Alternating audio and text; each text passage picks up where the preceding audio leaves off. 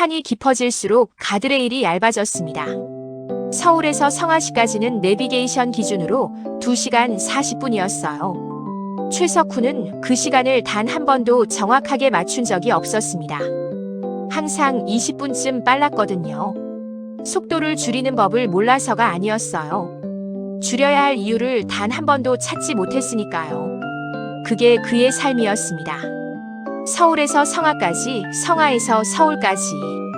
빠르게, 정확하게, 감정 없이. 오늘도 마찬가지였어요. 조수석에는 서원그룹 성화물류센터 확장 계획안이 담긴 가죽 서류 가방이 놓여 있었습니다. 오전 6시에 서울을 출발해 현장 점검을 마치고 오후 7시 회장 보고를 위해 다시 올라가는 길이었어요. 하루에 왕복 5시간. 최석훈에게는 그냥 평일이었습니다. 특별할 것도 없고 기억에 남길 것도 없는 그저 소화해야 할 일정이었어요. 라디오는 꺼져 있었습니다. 차 안에는 엔진 소리와 타이어가 젖은 아스팔트를 긁는 마찰음만 남아 있었어요. 10월 중순 산을 타고 내려오는 11번 국도는 낙엽이 노면을 덮기 시작하는 계절이었습니다. 가로등 간격이 넓어질수록 어둠도 짙어졌어요. 석훈은 왼손 엄지로 스티어링 휠을 천천히 두드리면서 머릿속으로 보고서 순서를 정리했습니다. 3페이지 물류동선 재편안, 5페이지 예산 삭감 항목, 마지막 장 회장 설득 논리. 최태준 회장은 숫자에 약하지 않았어요. 하지만 자존심에는 강했습니다. 그 순서를 틀리면 안 됐어요. 그때였습니다. 완만한 커브 구간에서 속도를 줄이려 브레이크 페달을 밟았어요. 아무 일도 일어나지 않았습니다. 페달이 바닥까지 꺼졌어요. 스펀지처럼. 저항이 없었습니다. 석훈은 0.5초 동안 자신이 잘못 밟은 거라고 생각했어요. 그래서 다시 밟았습니다. 더 세게. 발바닥에 온몸의 힘을 실어서. 차는 반응하지 않았어요. 오히려 내리막 경사를 타고 속도가 붙기 시작했습니다. 브레이크 오일이었어요. 나중에야 알게 된 사실이었지만 그 순간 석훈의 뇌는 이미 다른 연산을 시작하고 있었습니다. 사이드 브레이크, 기어 다운, 가드레일 마찰. 세 가지를 동시에 처리했어요. 손이 먼저 움직였습니다. 핸들을 가드레일 쪽으로 꺾었어요. 차체 오른쪽을 긁어 속도를 죽이려는 본능적인 판단이었습니다. 금속이 긁히는 소리가 차 내부를 가득 채웠어요. 불꽃이 사이드 미러에 보였습니다. 주황색이었어요. 아름다울 것도 없는 색이었는데 이상하게 선명했습니다. 하지만 속도는 죽지 않았어요. 가드레일이 끊기는 구간이 나왔습니다. 공사 중 구간이었어요. 안전 표지판이 있었지만 어둠 속에서는 보이지 않았습니다. 커브였어요. 핸들이 버티지 못했습니다. 그 찰나에 석훈의 머릿속을 스친 건 보고서가 아니었어요. 회장 얼굴도 아니었습니다. 아무것도 아니었어요. 정말로 아무것도. 38년을 살아왔는데 마지막 순간에 꺼내들 장면 하나 없다는 게 이상했습니다. 슬프지도 않았어요. 그냥 이상했습니다. 그게 더 무서웠어요. 차가 가드레일을 뚫었습니다. 허공이었어요. 중력이 차체를 끌어당기는 그 짧은 시간 동안 석훈은 눈을 감지 않았습니다. 산 아래 불빛들이 보였어요. 성화시의 야경이었습니다. 작은 도시의 불빛들이 낮게 퍼져 있었어요. 멀리 붉은 십자가 표시등이 보였습니다. 응급실 표시등이었어요. 그 빨간 빛이 망막에 새겨지는 순간 충돌이었습니다. 성화종합병원 응급실에 신고가 들어온 건 오후 10시 17분이었어요. 11번 국도 산악구간 단독 차량 추락. 운전자 남성 1명. 의식 없음. 윤정연은 손에 들고 있던 차트를 내려놓으며 장갑을 다시 당겼습니다. 당직 14시간째였어요. 발이 아파오는 걸 의식하지 못한 지는 이미 6시간이 지나 있었습니다. 그런 감각들은 응급실 안에서 사치였어요. 몸이 아프다는 신호를 뇌가 처리하기 전에 다음 환자가 먼저 들어오는 곳이었으니까요. 들것이 밀려 들어왔습니다. 혈압 60에 40, 맥박이 잡히다 끊기다를 반복했어요. 얼굴은 형체를 알아보기 힘들 만큼 부어 있었습니다. 정연은 환자 얼굴을 보지 않았어요. 바이탈을 봤습니다. 얼굴은 나중에 봐도 됐어요. 지금 이 사람에게 필요한 건 이름이 아니라 시간이었으니까요. 수혈 2라인, CT 먼저. 빠르게. 조용하고 짧은 목소리였습니다. 응급실에서 소리를 높이는 의사는 이미 반 박자 늦은 거라고 정연은 믿었어요. 차분한 목소리가 팀을 움직이게 한다는 걸 전공의 시절에 배웠습니다. 몸이 아니라 머리로 배운 게 아니라 손이 떨리는 선배 옆에서 직접 봤거든요. CT 결과가 나왔습니다. 비장 파열, 늑골 5대 골절, 뇌출혈 의심 소견. 정연은 스캔 화면을 3초 봤어요. 더 볼 시간이 없었습니다. 보는 순간 이미 판단이 서 있었어요. 10년이 이런 순간을 위한 거였습니다. 수술실 올립니다. 복도를 달리면서 정연은 환자의 손을 한번 내려다봤어요. 손등 전체가 핸들 모서리에 긁힌 상처로 덮여 있었습니다. 충돌 직전까지 핸들을 놓지 않았던 거예요. 살려고 했던 거였습니다. 정연은 그 손을 한번 꽉 쥐었다가 놓았어요. 조금만요. 수술실 문이 열렸습니다. 수술은 4시간 12분이 걸렸어요. 심정지가 2번 왔습니다. 첫 번째는 수술 시작 40분 후였어요. 두 번째는 3시간이 지났을 때였습니다. 두 번째가 더 길었어요. 30초가 넘었습니다. 제세동기를 3번 썼어요. 수술실 안이 잠깐 멈추는 것 같은 침묵이 있었습니다. 기계음만 남고 사람 소리가 없어지는 그 특유의 공백이었어요. 정연은 그 침묵을 싫어했습니다. 오래 일했어도 그 침묵만큼은 익숙해지지 않았어요. 3번째 충격 후 심장이 돌아왔습니다. 모니터 숫자가 올라오는 걸 보면서 정연은 천천히 숨을 내쉬었어요. 장갑 안에 땀이 차 있었습니다. 손은 떨리지 않았어요. 이런 순간에도 손이 흔들리지 않는다는 게 정연 자신도 가끔 낯설게 느껴졌습니다. 선배가 말했었어요. 수술실 안에서는 안 떨린다고. 나가고 나서 혼자 있을 때 떨린다고. 그 말이 정확했어요. 닫읍시다. 수술실 밖으로 나온 건 새벽 2시 30분이었습니다. 정연은 탈의실 앞 복도 벽에 등을 기댔어요. 형광등이 너무 밝았습니다. 눈을 감았어요. 이상하게 그 환자의 손이 먼저 떠올랐습니다. 핸들을 끝까지 놓지 않았던 손. 살고 싶었던 사람의 손이었어요. 아직 이름도 몰랐습니다. 신분증이 없었어요. 지갑도 차에서 발견되지 않았습니다. 현장 출동 소방대원 보고서에는 그냥 이렇게 적혀 있었어요. 신원 미상. 남성. 추정 나이 35세에서 40세. 정연은 눈을 뜨고 천장을 봤습니다. 형광등 불빛이 눈에 직접 들어왔어요. 찡그리지 않았습니다. 그 빛이 아프게 느껴지는 게 차라리 나았어요. 지금 이 순간 아무것도 느끼지 않는 것보다는. 복도 저쪽에서 누군가 종이컵을 건넸습니다. 자판기 커피였어요. 레지던트 박 선생이었습니다. 선생님 수고하셨어요. 정연은 컵을 받았습니다. 온기가 장갑 자국이 남은 손바닥으로 전해졌어요. 환자 중환자실 올라갔죠? 네. 바이탈 잡혔습니다. 정연은 커피를 한 모금 마셨어요. 달고 밍밍했습니다. 자판기 커피가 다 그렇듯이. 병실 복도 끝에서 새벽 3시의 성아씨가 창문 너머로 보였어요. 불빛이 줄어든 도시였습니다. 자고 있는 도시였어요. 저 어딘가 산비탈에서 오늘 밤 한 사람이 살아서 내려왔습니다. 이름도 모르는 사람이었어요. 살아야 할 이유도 아직 모르는 사람이었습니다. 하지만 살았어요. 그걸로 됐습니다. 지금은. 눈을 뜬 건 일주일 후였습니다. 정확하게는 사고 발생 후 6일 16시간이 지난 시점이었어요. 중환자실 천장은 흰색이었습니다. 아무 무늬도 없는 흰색이었어요. 그게 처음으로 눈에 들어온 세상이었습니다. 형광등 불빛이 눈꺼풀을 통과해 들어왔어요. 눈을 뜨는데 3번의 시도가 필요했습니다.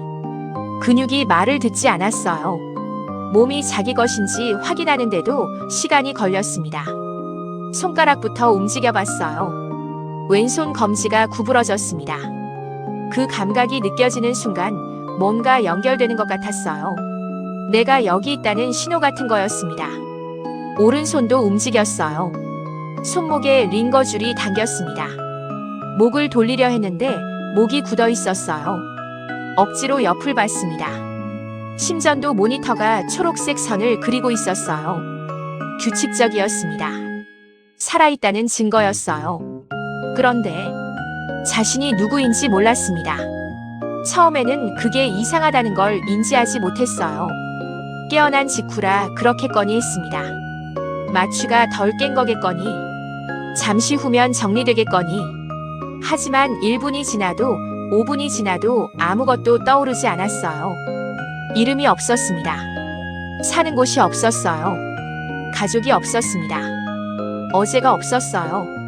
그냥 지금 이 천장과 이 형광등과 이 심전도 소리만 있었습니다. 공황이 오지 않은 게 오히려 이상했어요. 아마 그럴 에너지조차 없었던 거겠죠. 몸이 너무 무거웠으니까요. 머릿속이 텅 빈 채로 그는 그냥 천장을 봤습니다. 뭔가를 기억해내려는 노력조차 할 수 없었어요. 기억하려면 기억이 어딘가 있어야 하는데 더듬을 실마리 자체가 없었으니까요. 서랍이 있어야 열 수 있는데 서랍이 통째로 사라진 느낌이었습니다. 간호사가 들어온 건 그로부터 10분 후였어요. 어머, 눈 뜨셨어요? 그 목소리에 고개를 돌렸습니다. 30대 초반으로 보이는 여자였어요. 스크럽 상의에 청진기를 걸고 있었습니다. 그녀가 재빠르게 동공을 확인했어요. 손전등을 눈앞에 비췄습니다. 저 알아보세요. 여기 병원이에요. 그는 대답하려 했어요. 목소리가 나오지 않았습니다. 목이 막힌 게 아니라 말할 내용이 없었어요. 뭐라고 해야 할지 몰랐습니다. 알아본다, 모른다 이전에 자신이 누구인지를 모르는데 상대방을 알아본다는 게 무슨 의미인지조차 판단이 안 됐어요. 간호사가 급히 나갔습니다. 의사를 부르러 간 거겠죠. 그는 다시 천장을 봤어요.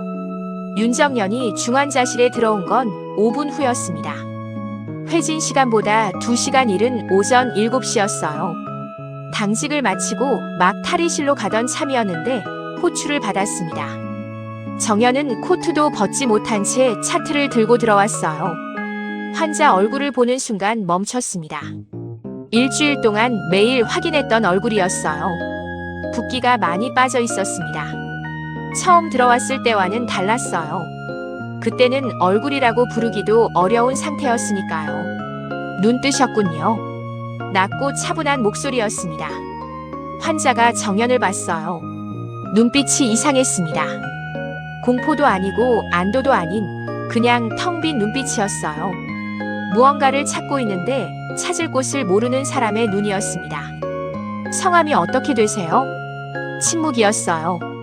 지금 어디 계신지 아세요? 또 침묵이었습니다. 환자의 입이 조금 열렸다 닫혔어요. 말을 하려는 게 아니라 말이 어디 있는지 찾고 있는 것 같았습니다. 정연은 서두르지 않았어요. 차트를 옆에 내려놓고 환자 옆 스툴에 앉았습니다. 높이를 낮췄어요. 의사가 서 있으면 환자는 내려다봐야 하고 그건 이미 불평등한 대화였으니까요. 기억이 안 나시는 거예요. 환자가 천천히 눈을 깜빡였습니다. 그게 대답이었어요. 정연은 잠시 환자를 봤습니다.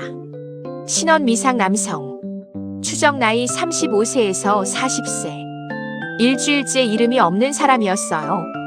경찰에 신원 조회를 넣었지만 아직 결과가 없었습니다. 지문 조회도 걸려 있었어요. 차량은 번호판이 충돌로 완전히 뭉개져 있었습니다. 블랙박스는 회수 불가였어요. 괜찮아요. 정연이 말했습니다. 지금 당장 기억 안 나도 괜찮아요. 뇌가 충격을 받으면 스스로를 보호하는 방식으로 기억을 잠그는 경우가 있어요.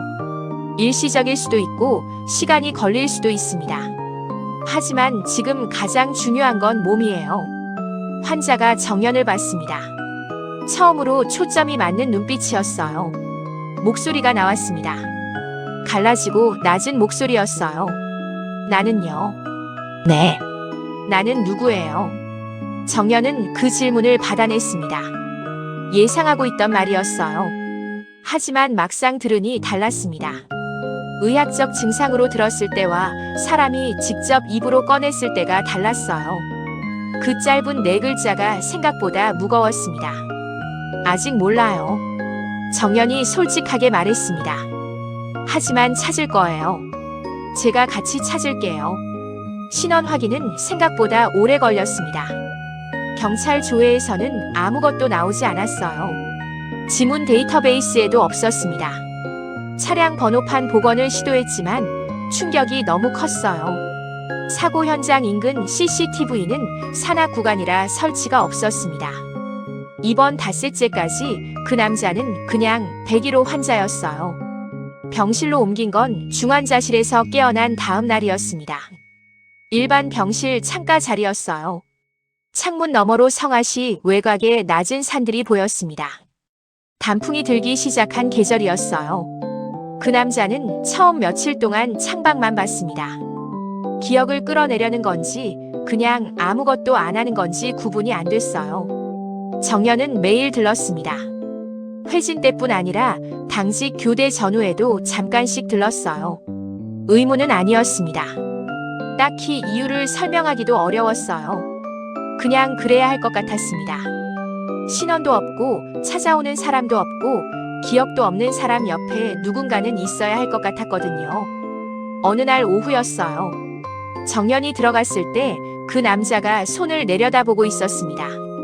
손등에 상처가 아물어가는 중이었어요. 핸들을 잡았던 손이었습니다. 뭔가 생각나셨어요? 그 남자가 고개를 들었습니다. 손이요? 네. 이 손이 뭔가를 잡고 있었던 것 같은데. 정연은 잠시 말을 고르다가 말했어요. 맞아요. 끝까지 놓지 않으셨어요. 그 남자가 다시 손을 봤습니다. 오래 봤어요. 살고 싶었던 것 같네요. 나. 목소리가 낮았습니다. 자신에 대해 3인칭으로 말하는 것처럼 들렸어요.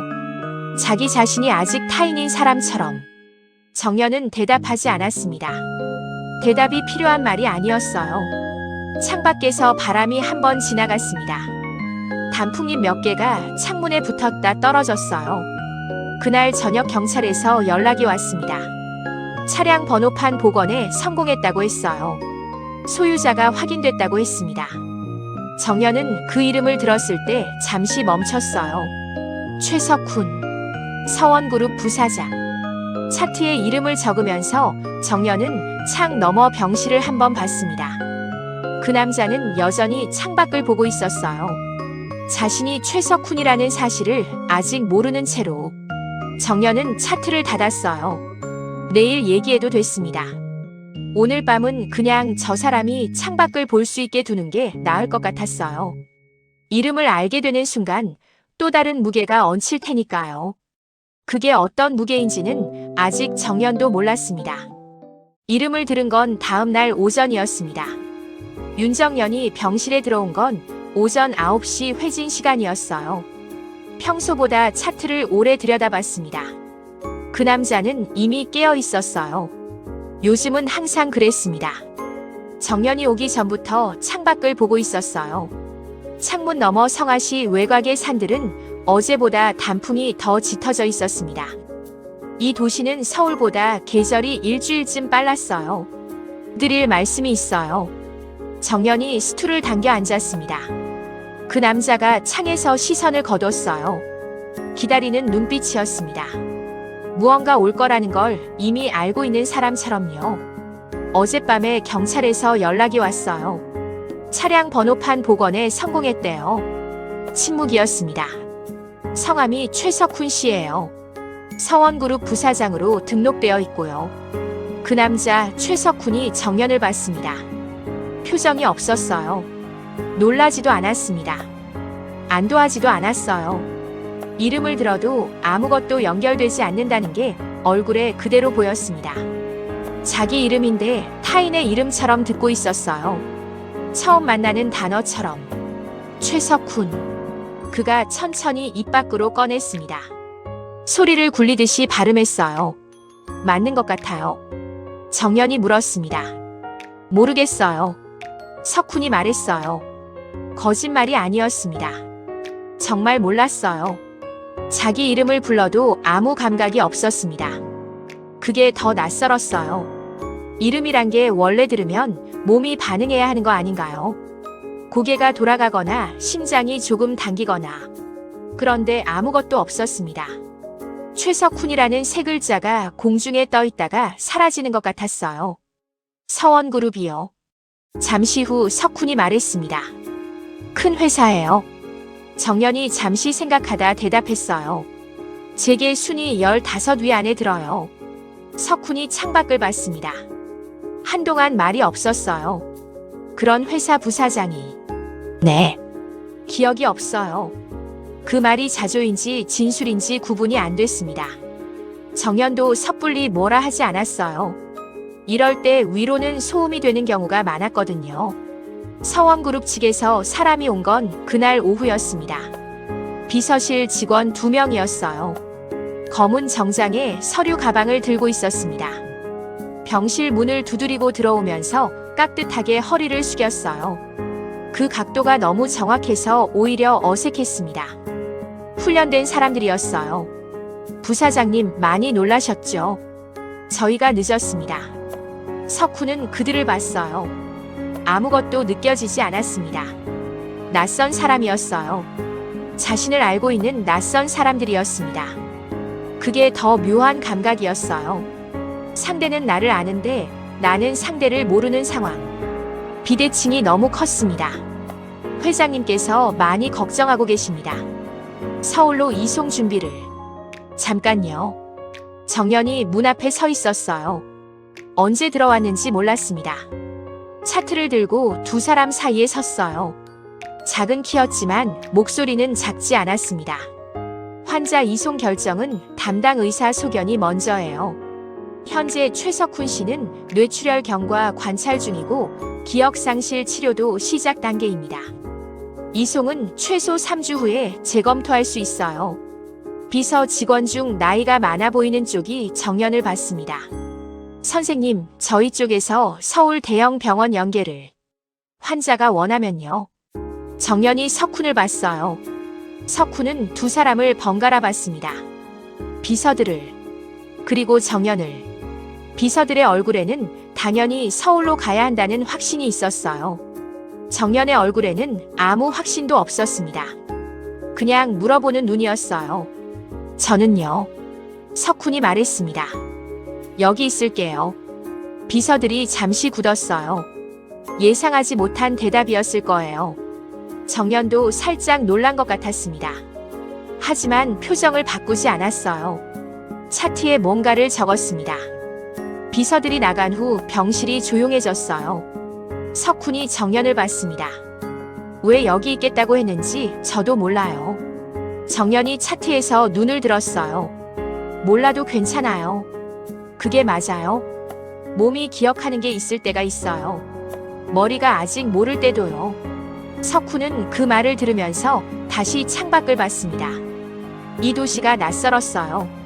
당연히 낯설었습니다. 아는 게 없었어요. 하지만 이상하게 낯설지 않은 느낌도 있었습니다. 그게 착각인지 뭔지는 몰랐어요. 재활치료가 시작된 건 그 다음 주였습니다. 물리치료와 언어치료 그리고 신경과 전문의 면담이 일정에 잡혔어요. 기억 회복을 위한 인지 자극 프로그램도 시작했습니다. 사진을 보여주는 거였어요. 사람들, 건물, 물건들, 어떤 게 반응을 끌어내는지 확인하는 거였습니다. 서원그룹 관련 사진을 보여줬을 때 아무 반응이 없었어요. 최태준 회장 사진을 봤을 때도 마찬가지였습니다. 석훈은 사진 속 노인을 봤어요. 80쯤 되어 보이는 흰 머리 남자였습니다. 정장을 입고 있었어요. 단상에 서 있는 사진이었습니다. 아무것도 연결되지 않았어요. 그런데 이상하게 가슴이 조금 당겼습니다. 기억이 아니었어요. 감각이었습니다. 심장 쪽이 아니라 명치 쪽이었어요. 콕 찌르는 것도 아니고 당기는 것도 아닌 뭔가 무거운 게 잠깐 얹히는 느낌이었습니다. 석훈은 그 사진에서 눈을 떼지 못했어요. 담당 신경과 의사가 기록했습니다. 정서적 반응 가능성. 기억 회로와는 별개의 감정 기억 작동 여부 확인 필요. 석훈은 그 기록을 보지 못했어요. 그날 밤 처음으로 꿈을 꿨습니다. 내용은 기억나지 않았어요. 깨고 나서 남은 건 어두운 주차장 이미지와 누군가의 목소리였습니다. 남자 목소리였어요. 낮고 차가운 목소리였습니다. 뭐라고 했는지는 들리지 않았어요. 그냥 그 목소리의 온도만 남았습니다. 차가웠습니다. 석훈은 새벽 2시에 눈을 떴어요. 병실 천장을 봤습니다. 심전도 모니터가 규칙적으로 울리고 있었어요. 창밖에 성아씨의 새벽이 있었습니다. 그는 손등에 아물어가는 상처를 만졌어요. 핸들을 잡았던 손이었습니다. 그 목소리가 왜 차가웠는지, 그 주차장이 어디였는지 지금은 몰랐어요. 하지만 알게 될 것 같았습니다. 그게 두려운 건지 당겨지는 건지 그것도 아직은 몰랐습니다. 창밖에서 바람 소리가 났어요. 성화의 밤은 서울보다 조용했습니다. 퇴원은 3주 후였습니다. 정확하게는 이번 22일째 오전에 윤정연이 차트에 퇴원 가능 소견을 적었어요. 뇌출혈 경과는 안정적이었습니다. 늑골골절은 아직 완전히 붙지 않았지만 일상생활이 불가능한 수준은 아니었어요. 비장은 수술로 정리가 됐습니다. 몸은 돌아오고 있었어요. 기억은 아직이었습니다. 문제는 갈 곳이었어요. 서원그룹 비서실에서는 3번 더 왔습니다. 올 때마다 서울 이송을 권유했어요. 삼성서울병원 VIP 병동 예약이 잡혀 있다고 했습니다. 회장님이 직접 지시하셨다고 했어요. 석훈은 매번 같은 대답을 했습니다. 여기 있겠다고. 비서들은 매번 같은 표정을 지었어요. 이해할 수 없다는 표정이었습니다. 설득하려다 포기하는 표정이었어요. 석훈 자신도 왜인지는 몰랐습니다. 서울이 어떤 곳인지 몰랐어요. 서원그룹이 어떤 곳인지도 몰랐습니다. 최태준 회장이 어떤 사람인지도요. 기억이 없으니까요.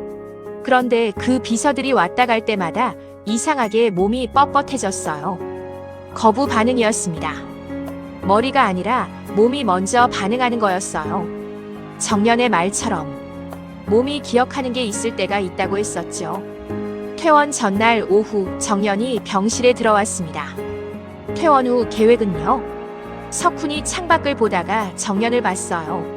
없어요. 서울은요? 모르겠어요. 정연이 잠시 석훈을 봤습니다. 뭔가를 고민하는 눈빛이었어요. 차트를 한번 내려다봤다가 다시 석훈을 봤습니다. 저 매주 토요일 오전에 봉사활동을 해요. 네. 시니어 클럽이에요.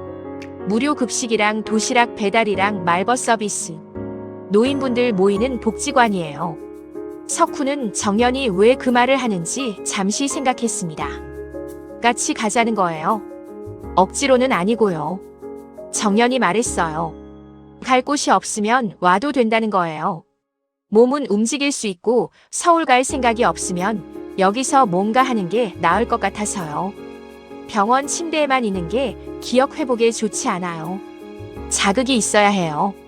사람이랑 부딪히는 자극이요. 의학적 이유를 댔어요. 하지만 그것만은 아닌 것 같았습니다. 석훈은 그걸 알아챘어요. 물어보지는 않았습니다. 노인들이랑요? 네. 저 그런 거 해본 적 없어요. 아마도. 저도 처음엔 그랬어요. 퇴원 당일 아침이었습니다. 석훈은 병원 원무과에서 퇴원 수속을 밟았어요. 입원비는 서원그룹 비서실에서 이미 처리했습니다. 서류에 최석훈이라는 이름으로 서명했어요. 펜을 잡고 이름을 쓰면서 이상한 기분이 들었습니다. 이 이름이 자기 것인데 자기 것 같지 않은 느낌이었어요. 위조 서명을 하는 것 같기도 했고 남의 물건을 대신 받아가는 것 같기도 했습니다. 병원 정문을 나선 건 오전 10시였어요. 바깥 공기가 들어왔습니다. 11월 초였어요. 차가웠습니다. 22일 만에 맞는 바깥 공기였어요. 석훈은 잠깐 멈췄습니다. 냄새가 났어요. 낙엽 냄새와 찬 공기가 섞인 냄새였습니다. 이 냄새가 기억에 있는 건지 없는 건지 몰랐어요. 그냥 코에 들어왔습니다. 그걸로 됐어요. 정연이 옆에 있었습니다. 어디로 가요? 정연이 물었어요. 제가 아는 고시원이 있어요. 성화시 남쪽 구도심 쪽에. 깨끗하고 조용해요. 거기 연락해뒀어요. 석훈이 정연을 봤습니다. 왜 이렇게까지 해줘요?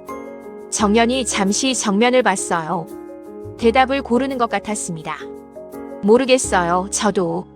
솔직한 대답이었습니다. 그게 오히려 이상하게 편했어요. 이유를 만들어서 설명하지 않았으니까요. 석훈은 더 묻지 않았습니다. 두 사람은 병원 주차장 쪽으로 걸었어요. 걸으면서 석훈은 이 도시를 처음 보듯이 봤습니다. 실제로 처음 보는 거였어요. 성화시는 크지 않은 도시였습니다. 건물들이 낮았어요. 서울처럼 빌딩이 하늘을 막지 않았습니다. 하늘이 넓었어요. 11월 하늘은 높고 파랬습니다. 석훈은 걸으면서 하늘을 봤어요. 목이 뒤로 젖혀질 만큼 올려다봤습니다. 언제 마지막으로 하늘을 봤는지 몰랐어요. 기억이 없어서가 아니었습니다. 기억이 있어도 몰랐을 것 같았어요. 그런 사람이었을 것 같았거든요. 하늘 볼 시간이 없었던 사람. 속도를 줄여야 할 이유를 찾지 못했던 사람. 정연이 그걸 보고 있었습니다. 말하지 않았어요. 고시원은 정연 말대로 조용했습니다. 성화시 남쪽 구도심 골목 안쪽이었어요. 오래된 건물이었지만 내부는 깔끔했습니다. 관리인 할머니가 석훈을 보더니 대뜸 말했어요. 젊은 사람이 왜 여기 와? 사고 났다고? 어디 다쳤어? 괜찮아요. 괜찮은 게 어딨어? 밥은 먹었어? 석훈은 그 말에 잠시 멈췄습니다. 22일 동안 병원에 있으면서 아무도 밥을 먹었냐고 물어보지 않았어요. 비서들도 경찰도 신경과 의사도 정연도요. 밤 얘기를 한 건 이 할머니가 처음이었습니다. 아직이요? 들어와. 나 라면 끓여줄게. 석훈은 들어갔습니다. 작은 방이었어요. 창문 하나, 침대 하나, 옷장 하나였습니다. 단출했어요. 필요한 것만 있었습니다. 석훈은 침대에 앉았어요. 방 안을 둘러봤습니다. 서원그룹 부사장이 묵을 방이 이런 곳일 리가 없었어요. 그런데 이상하게 낯설지 않았습니다. 오히려 적당했어요. 라면 냄새가 복도로 흘러들어왔습니다. 석훈은 그 냄새를 맡으며 생각했어요. 자신이 왜 서울로 가지 않는지, 왜 이 작은 도시에 있는지, 왜 봉사활동에 따라가겠다고 했는지 몰랐습니다. 기억이 돌아오면 알 수 있을까요? 아니면 기억이 돌아왔을 때 지금의 이 감각들이 전부 사라지는 걸까요? 지금 일하면 냄새가, 이 좁은 방이, 이 낮은 하늘이 기억 속으로 덮여버리는 걸까요? 그게 두려웠습니다. 기억을 잃은 게 두려운 게 아니었어요. 기억이 돌아왔을 때 지금의 자신이 사라지는 게 두려웠습니다. 그 생각을 하는 자신이 이상하다는 건 알았어요. 기억이 없는 사람이 기억이 돌아오는 걸 두려워한다는 게. 하지만 그랬어요. 할머니가 문을 두드렸습니다. 라면 다 됐어. 나와. 석훈은 일어났어요. 복도에 나오니 창문 너머로 성화시 구도심의 골목이 보였습니다. 좁은 골목에 오래된 집들이 다닥다닥 붙어 있었어요. 빨랫줄에 빨래가 널려 있었습니다. 누군가 살고 있는 냄새가 났어요. 사람이 사는 냄새였습니다. 석훈은 그 냄새 앞에서 한 번 더 멈췄어요. 살아남은 이유가 뭔지 몰랐습니다. 브레이크가 사라진 그 밤에 왜 심장이 2번이나 다시 뛰었는지 몰랐어요. 하지만 지금 이 골목의 냄새를 맡고 있다는 건 살아있다는 뜻이었습니다.